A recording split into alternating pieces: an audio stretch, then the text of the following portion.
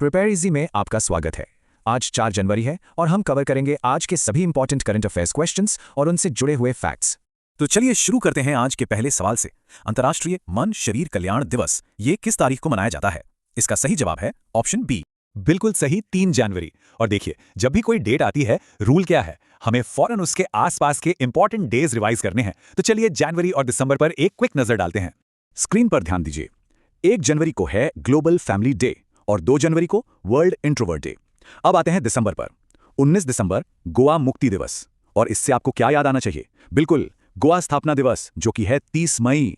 फिर है 21 दिसंबर विश्व ध्यान दिवस, 23 दिसंबर किसान दिवस और 25 दिसंबर सुशासन दिवस, जो अटल बिहारी वाजपेयी जी की जयंती पर मनाया जाता है। ये चेन रिएक्शन आपको हमेशा याद रखना है, बहुत जरूरी है।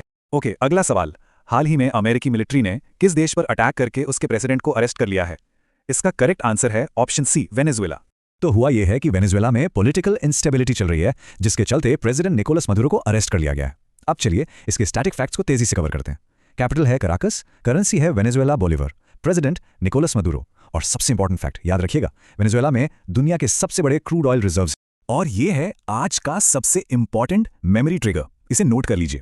जब भी आप वेनेजुएला का नाम सुने, आपके दिमाग में 2025 की Nobel peace prize winner Maria Corina Machado का नाम तुरंत आना चाहिए। बहुत बहुत इंपॉर्टेंट है ये। ठीक है, अगले सवाल पर चलते हैं। अपनी बर्थ रेट को बढ़ाने के लिए किस देश ने गर्भ निरोधकों पर 13% टैक्स लगा दिया है? इसका जवाब है ऑप्शन ए, चीन। देखिए, चीन ने यह कदम इसलिए उठाया है क्योंकि वो अपनी डेकेड्स पुरानी वन चाइल्ड पॉलिसी के असर से और गिरते हुए बर्थ रेट से परेशान है। अब इसके static facts. Capital Beijing, currency renminbi, president Xi Jinping. और हाँ, ये भी याद रखें कि चीन स्टील और तंबाकू का दुनिया का सबसे बड़ा प्रोड्यूसर है। अगला सवाल।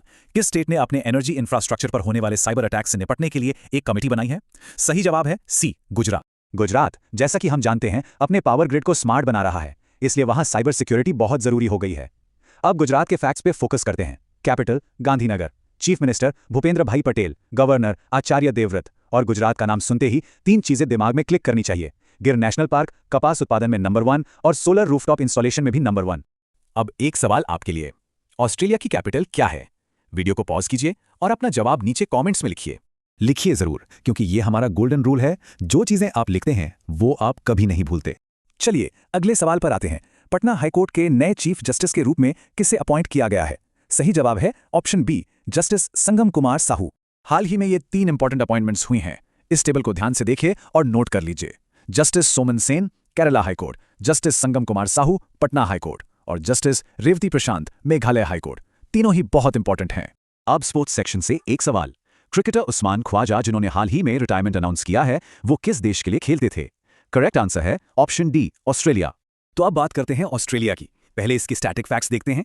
Capital Canberra, currency Australian dollar, prime minister Anthony Albanese. और 2 खास बातें। ऑस्ट्रेलिया 16 साल से कम उम्र के बच्चों के लिए सोशल मीडिया बैन करने वाला पहला देश है। और दूसरी बात, यहां वोटिंग कंपलसरी है। अगला सवाल है, भोरम देव कॉरिडोर प्रोजेक्ट की आधारशिला यानी फाउंडेशन स्टोन कहां रखी गई है? इसका सही उत्तर है ऑप्शन बी, छत्तीसगढ़। जैसे उत्तर प्रदेश में काशी विश्वनाथ कॉरिडोर है ना, बिल्कुल उसी तरह अब छत्तीसगढ़ में भोरम देव कॉरिडोर बनेगा। चलिए छत्तीसगढ़ के स्टैटिक फैक्ट्स देखते हैं।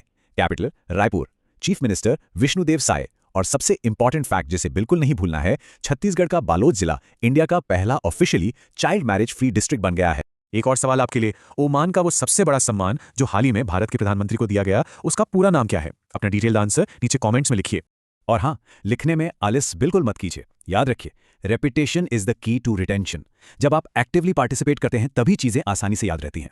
चलिए अब देश के अलग अलग स्टेट से कुछ और इंपॉर्टेंट अपडेट्स जल्दी से देख लेते हैं। पहला, तमिलनाडु ने गवर्नमेंट स्टाफ के लिए लास्ट बेसिक सैलरी की 50% पेंशन गारंटी की है। दूसरा, असम ने उदासीन भक्तों के लिए एक फाइनेंशियल एड स्कीम शुरू की है। और तीसरा, 44th junior national kho kho championship Bengaluru में शुरू हो चुकी है। ठीक है, तो अब टाइम है आज की सभी मेन हेडलाइंस का एक क्विक रिवीजन करने का। जैसे ही स्क्रीन पर कोई हेडलाइन आए, उससे जुड़े फैक्ट्स अपने मन में रिकॉल करने की कोशिश कीजिए। रेडी? वेनेजुएला के राष्ट्रपति गिरफ्तार, चीन ने गर्भ निरोधकों पर टैक्स लगाया, गुजरात ने साइबर सुरक्षा समिति बनाई, 3 नए हाईकोर्ट चीफ जस्टिस अपॉइंट हुए, उस्मान ख्वाजा ने संन्यास लिया, छत्तीसगढ़ में भोरमदेव कॉरिडोर की शुरुआत और तमिलनाडु ने नई पेंशन गारंटी की घोषणा की। एक्सीलेंट। आज के सेशन के सारे इन्फोग्राफिक्स आप हमारे टेलीग्राम चैनल से डाउनलोड कर सकते हैं ताकि रिवीजन आसान हो। कल सुबह ठीक 8 बजे मिलते हैं, हमेशा आपके साथ। देखने के लिए धन्यवाद। This is PrepareEasy.com, and here we make your preparation easy.